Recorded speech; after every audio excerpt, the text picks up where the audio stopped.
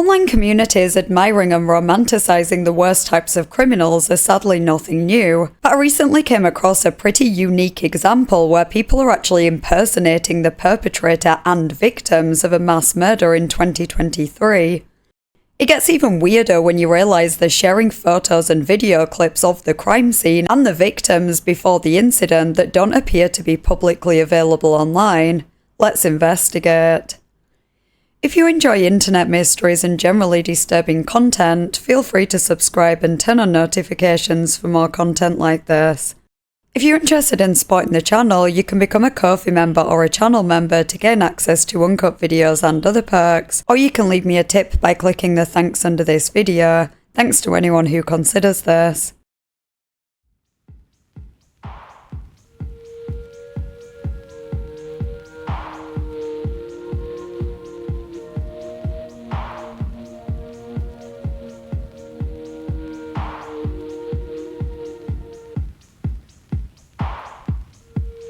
This video will cover topics that some might find disturbing, in particular a mass shooting. Viewer discretion is advised.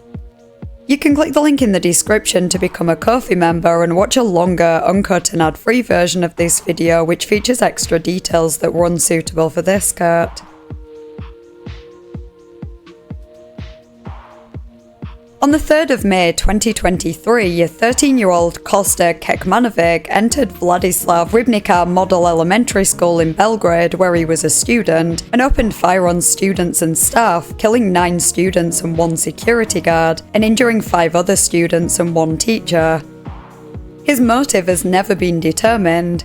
He had been planning the incident for a month and noted specific students he wanted to target, though he's never bullied in school, so it's not clear why he had some vendetta against them.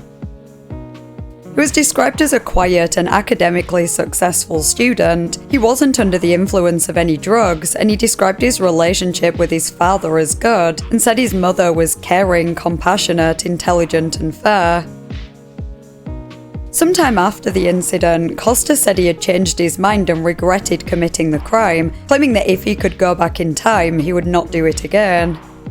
Because he was younger than 14, which is the age of criminal responsibility in Serbia, he could not face legal charges and was instead placed in a psychiatric hospital. His parents, however, were convicted for failing to secure the firearm used in the incident. His father, Vladimir, was sentenced to 14.5 years in prison, and his mother, Miljana, was sentenced to 3 years. They were also found liable in a number of civil lawsuits filed by parents and family members of the victims. I'm not about to say that Kosta's parents should have taken no responsibility at all, but it is kinda crazy that his dad was sentenced to over 14 years in prison, meanwhile he himself faced no criminal charges. Vladimir had taken Kosta to a shooting range to teach him how to shoot, and in hindsight that clearly wasn't a good idea, but how was he to know his son would go on a rampage and kill his classmates? It also sounds like he kept the weapons in a safe and Kosta had somehow cracked the code. It's not like he'd just left them lying around. His parents may have made some irresponsible decisions and arguably deserved some time in prison as a result, but unless I'm missing something, 14.5 years sounds like an awfully long time for a crime he didn't commit himself, especially given that it sounds like Kosta had a pretty good upbringing. On the other hand, I think it's equally crazy that Kosta never faced any legal charges at all. He may have been 13, not a mature adult by any means, but old enough to know that murder is wrong. Literally the day after, the government lowered the minimum age of criminal responsibility from 14 to 12, so if this crime were committed now by someone the same age, they would be prosecuted. Anyway, that's the backstory for the mystery we're going to cover today, which I found out about on Reddit in a post titled "Discovered disturbing fake Facebook profiles impersonating victims of the Serbian school shooting. What's going on?" Let's read through the post, then we'll take a look at the profiles themselves. You're probably familiar with the school shooting that shook Serbia 2 years ago. 9 students and a security guard were killed. What truly shocked me was when I accidentally came across the Facebook profile of one of the murdered girls. At first, I thought it was her actual profile, but I was soon unpleasantly surprised to discover that there is a whole series of fake Facebook profiles impersonating the murdered children, including the shooter, Kosta Kekmanovic, among others. The content on these profiles is also quite disturbing and confusing. Many of them have other similar profiles in their friend lists. I'm not sure whether all the profiles are made by the same person or by a group of different people, but I've noticed a kind of fan page or roleplay dynamic. For example, one of the murdered girl's profiles is listed as being in a relationship with the shooter's profile. These profiles often post video animations using pictures of the children, and it seems that the person behind the profiles genuinely sympathises with the victims, but we can agree that it's done in a very disturbing way. What confuses me the most in this whole story is the fact that, if I've understood correctly, most of these profiles post in Indonesian and the people commenting also appear to be Indonesian. I see absolutely no connection to Serbia, and I don't understand why this case would be so relevant in Indonesia. In one story post, someone even uploaded a photo of the classroom after the shooting, showing the children's bodies and blood on the floor. I'm someone from the Balkans, and I can assure you that the media covered this story day and night, but I've never seen such photos and didn't even believe they existed. I have no idea how something like that could have gone viral. I'm both confused and disturbed by what I saw. I know some people are deep into fan page culture and role-playing, like with characters from shows or movies, but this is an entirely different level. I honestly don't understand how Facebook even allows something like this. I've heard of online communities that romanticize murderers and other depraved individuals, from Ted Bundy to Charles Manson. You may remember last year when Wade Wilson was sentenced to death after being found guilty of the murders of Christine Melton and Diane Ruiz. This guy literally strangled 2 women, ran one of them over multiple times in a car, then told police he'd be willing to do it again. And yet I was seeing edits on TikTok with heart emojis and love songs playing in the background, people commenting saying he's too handsome to die or saying they'd gladly be his next victim. It was honestly insane, but sadly not surprising given that this happens anytime anyone even remotely physically attractive commits a serious crime. And they don't even have to be attractive. Sometimes people just empathise with them if they had a tough past or something, and so downplay their crimes and act like anyone else would have done the same in their position. Anyway, the description of the Facebook accounts in this post seems different to that. This is the first time I've seen a bunch of different profiles that are all impersonating not only the perpetrator of a crime, but the victims too, and all these accounts are interacting with each other. The fact that the account for Kosta was in a relationship with the account of Mara, one of the victims, is actually bizarre and so disrespectful. If you look at their accounts now, they're actually no longer in a relationship, so I'm not sure when or why they removed that, but they do still interact with each other. More recently, the Kosta account was in a relationship with another of the victims, Andrea, but this was also removed at some point. Going further back, Andrea was in a relationship with another victim, Angelina, so it seems that they all just swap from time to time. If there are multiple people behind all these accounts, I guess it's possible that these people all know each other in real life and were actually in a relationship, so posted it on their fake profiles. I honestly have no idea though. What's strange is that while the account for Kosta is using his name in Serbian, the photos they post of themselves are not of Kosta. The OP of the Reddit post said most of the profiles post in Indonesian, so it'd be fair to assume that whoever is behind them are Indonesian, but the person in the photos on Kosta's profile doesn't look Indonesian. I'd say they possibly look Korean. Same for the photos on Andrea's page, the person in those definitely looks more Korean than Indonesian. They're all heavily edited too, to the point where I'm not even sure if some of them were originally real photos or if they're just AI generated. There are some photos that resemble Kosta and the victims that I wasn't able to find anywhere else online, so I'm not sure if they somehow found them, maybe by gaining access to their real Facebook accounts, or if they're totally AI generated. The OP of the Reddit post also mentioned how one of the accounts posted a story with a photo of the classroom after the incident showing the victims' bodies and blood, and that this photo was never made publicly available. I also managed to find this photo. Obviously I'm not going to share it here, but it was shared on Andrea's profile in April and was captioned, "Costa's only close friend." There are also photos mixed into weird video edits that appear to have been taken inside the school at an assembly shortly after the incident. Again, how are they finding these photos? Besides the question of why these people are doing any of this, I think this is perhaps the biggest mystery in the case. Some of the photos of Costa and the victims could totally be deepfakes, but how are they gaining access to crime scene photos and footage from inside the school after the incident? Unless the crime scene photos are also AI generated but they don't look it, I can't think of another explanation.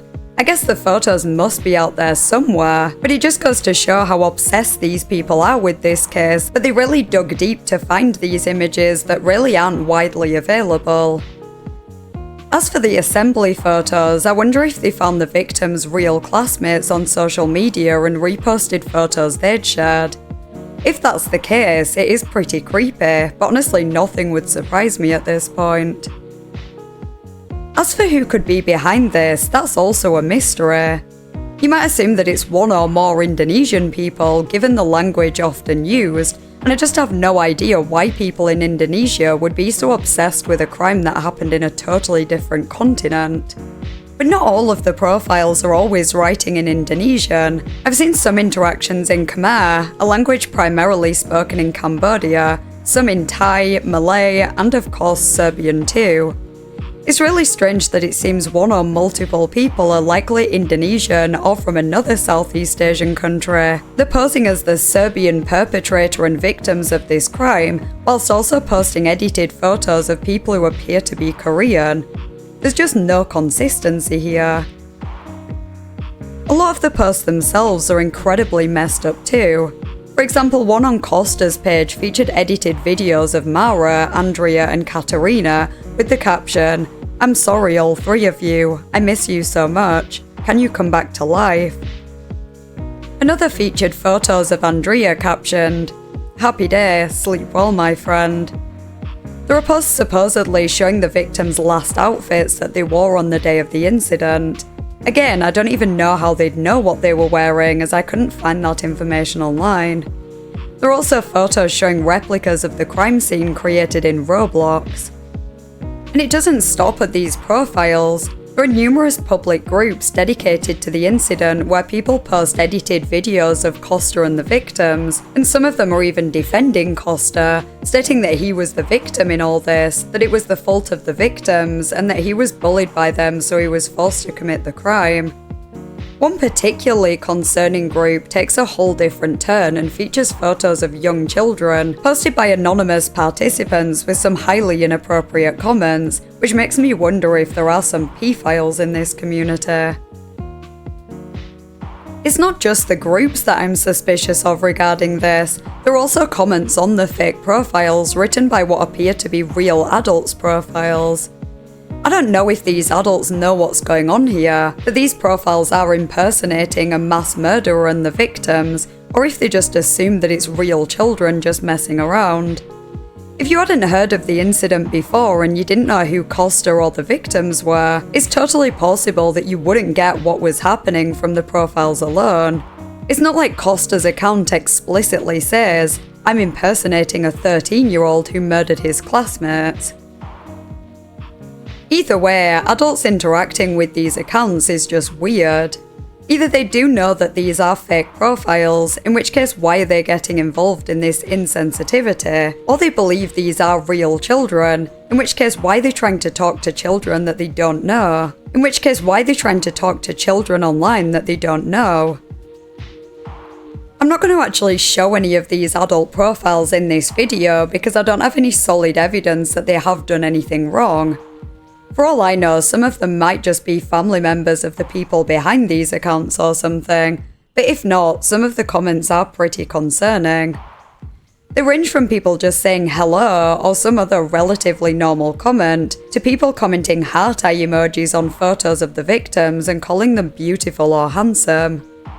Others will talk about how they miss the victims when they obviously never even knew them. It's just bizarre and none of it sits right with me.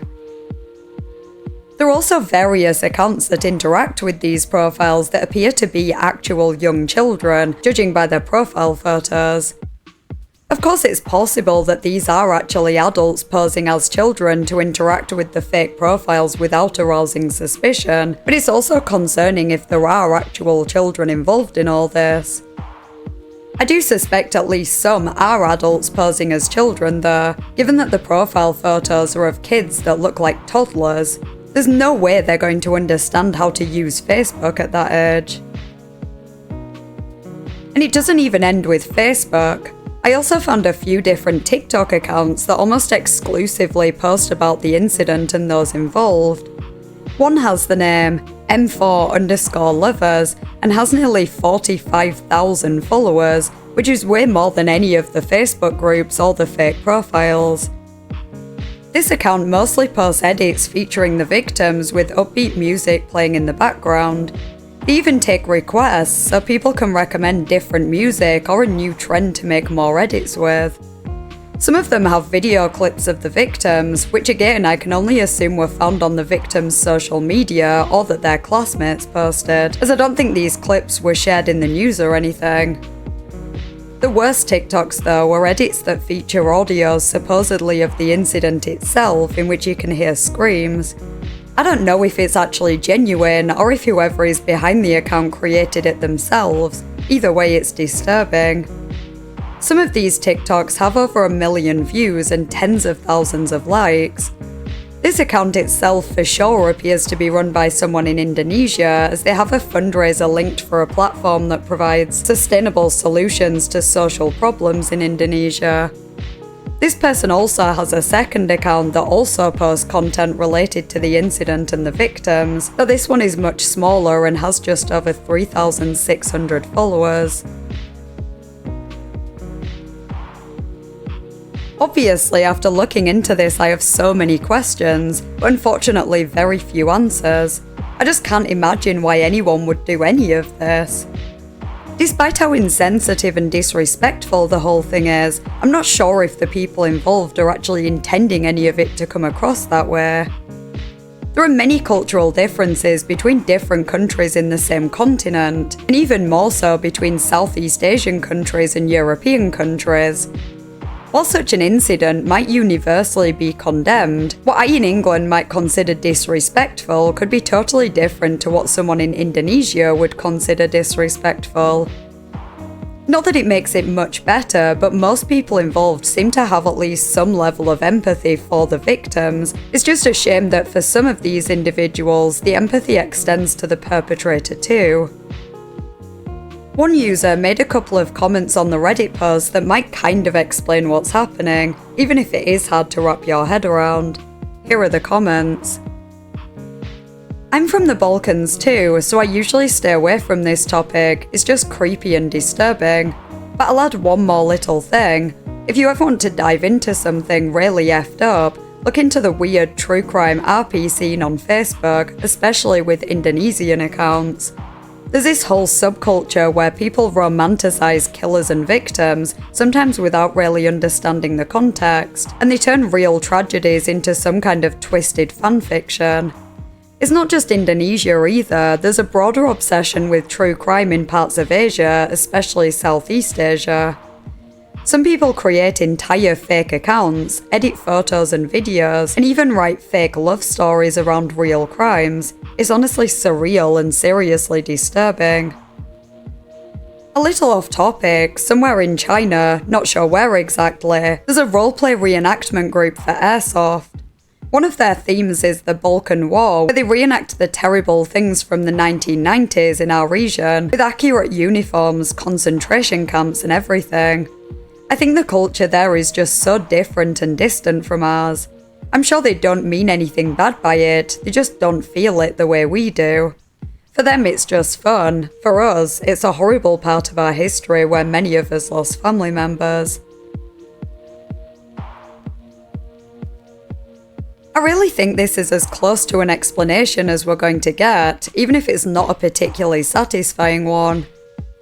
Furthermore, while there seems to be some adults involved in this community, which is the creepy part, I suspect that most of these accounts are run by teenagers who, partly due to their age, just don't realise how this comes across to outsiders.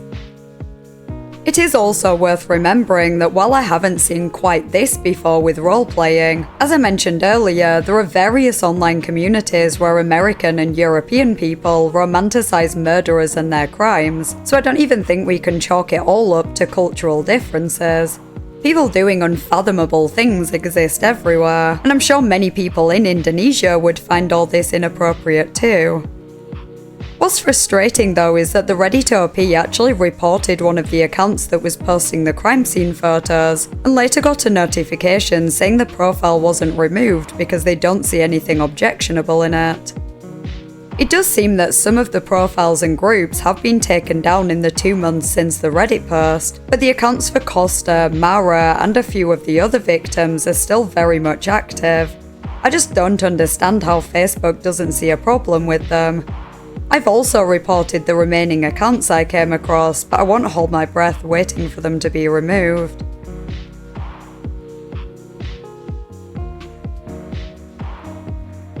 I'd be interested to hear your thoughts and theories in the comments, plus any other topics you might like me to cover in the future. If you enjoyed the video, please consider liking and subscribing. Huge thank you to my Ko-fi members and channel members whose names are on screen now. I really appreciate your support. Thanks for watching, and I'll see you next time in a new video.